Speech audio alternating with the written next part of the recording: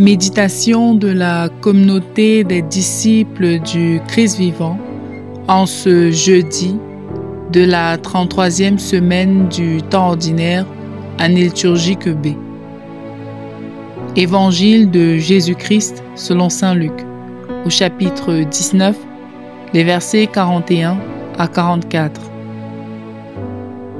En ce temps-là, lorsque Jésus fut près de Jérusalem, voyant la ville, il pleura sur elle en disant : « Ah, si toi aussi tu avais reconnu en ce jour ce qui donne la paix, mais maintenant cela est resté caché à tes yeux.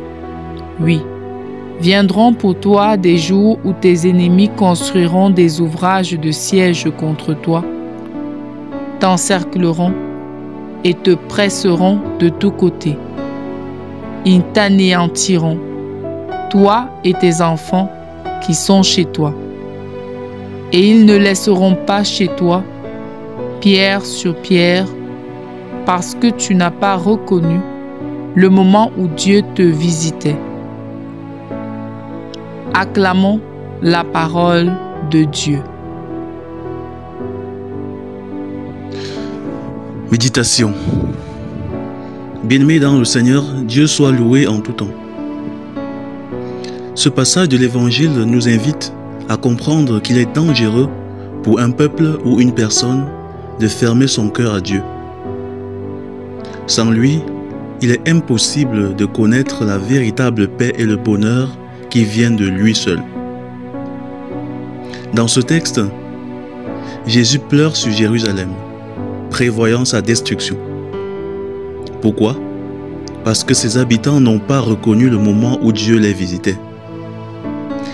Si nous nous référons à l'histoire et même à l'actualité, nous voyons que cette ville a véritablement souffert.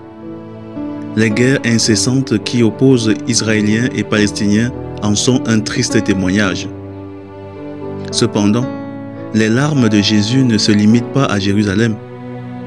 Elles s'étendent à toute personne et à tout peuple éloigné de Dieu.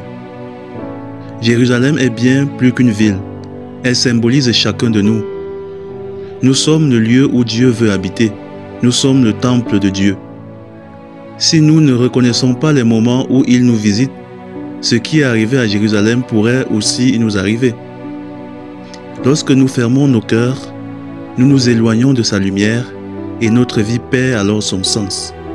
Une vie sans sens ne peut produire de bons fruits. Dieu agit quotidiennement dans nos vies, à travers les événements, les écritures et les personnes qui nous entourent. Mais sommes-nous attentifs à sa présence ou passons-nous à côté de ses appels? Quand Dieu nous visite, c'est pour nous parler, nous corriger, nous redresser, nous orienter et nous réorienter, et toujours pour nous proposer ce qu'il y a de meilleur. La preuve que nous avons reconnu sa visite est notre conversion. Ceux qui reconnaissent Dieu changent de cœur, changent de vie. Voilà le véritable indicateur d'une rencontre avec lui.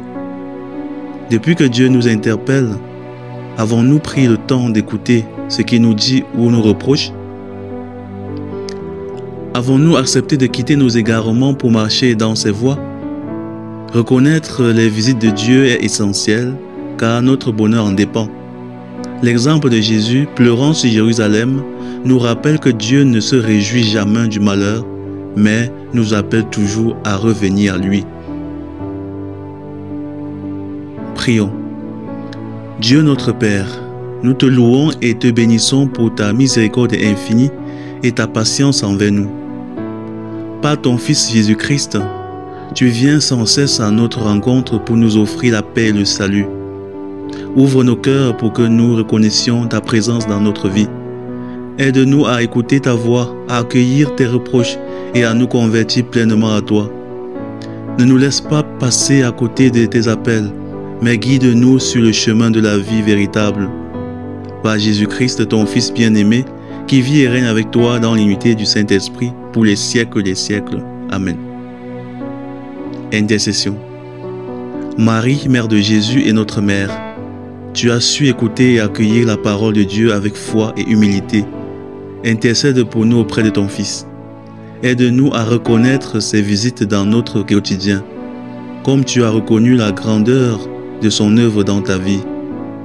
Prie pour nous afin que nous ayons un cœur docile et prêt à changer.